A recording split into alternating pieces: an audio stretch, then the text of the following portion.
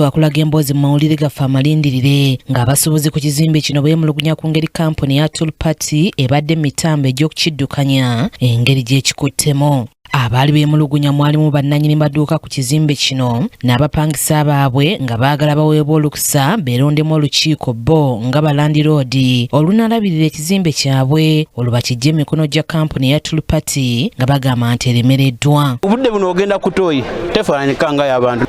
Bukyafu bagala kulunguusa olutandika okwogerako nga bagamba mulwanyisa ki kampani kizibu kye tulina wano mu ofiino obukyafu noza mubulaba nammwe wano buyitirivu nnyo naye tubasasula naye tibafaayo. Simbi zisasula kuba muno management eyitamu nesolooza ssente. Mu lukiiko olwalimu n'abatwala ebyokwerinda mu Kampala nga bakulembeddwa mu RCC wa Kawempe Lulema Wiya n'akulira enzirukanya y'emirimu mu kampuni ya Tool Party baasalawo ba landiroodi bano balonde olukiiko oluddukanya ekizimbe kino mu bbanga lya myezi 3 kyokka nga balina okulonda olukiiko olw'ekiseera nga bwe balinda ebbanga ery'emyezi 3 okuggwako balonde olukiiko olw'enkomeredde. Kati olwaleero balandiroodi bano beeronzeemu olukiiko luno olw'ekiseera luddukanye emirimu ng'enteekateeka eno ekulembeddwamu akulira omukago ogutaba ebibiina by'abasuubuzi mu ggwanga ogwa Federation of Uganda Traders Association FUTA John Kabanda.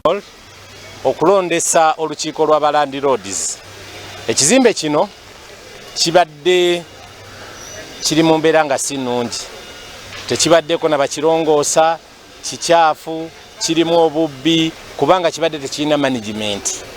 Ne twebaza balandiroodizi kubanga eno condominium era buli dduuka lirina omusuubuzi nannyini lyo. Ku lukiiko luno kuliko Kawoya Francis nga ssentebe, Mwesigwa Patrick omumyuka wa ssentebe, Kayira Godfrey Ssaabawandiisi, Moses Lwegaba Mukunzi, John Kabanda ye mukulembeze w'olukiiko luno ow'oku ntikko era oluvannyuma aliko obubaka bw'awadde. So olunaku olwaleero tuzze wano okulaba nga abantu bano bafuna obuyinza bwabwe nga balandiroodi balonde komiti egenda okutambuza sofa eno interim egenda kumala emyezi 3 z'ennaku 9 bwe ziggwako tulyoke tuyingire mu kulonda okwaddala.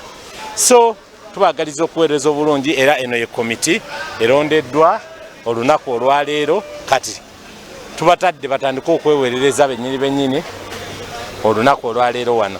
N'abalala abalondeddwa baweze okuweereza n'obwesimbo okusobola okutereeza embeera y'ekizimbe kino n'abakikuliramu basobole okukyeyagaliramu.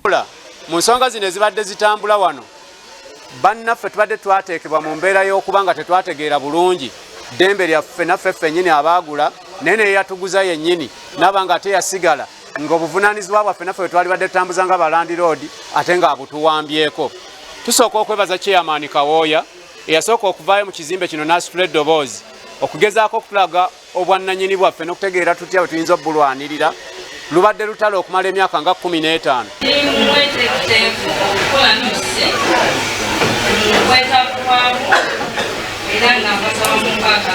Mary Namirimo yakusakidde eggulire lino Crack TV amalindirire.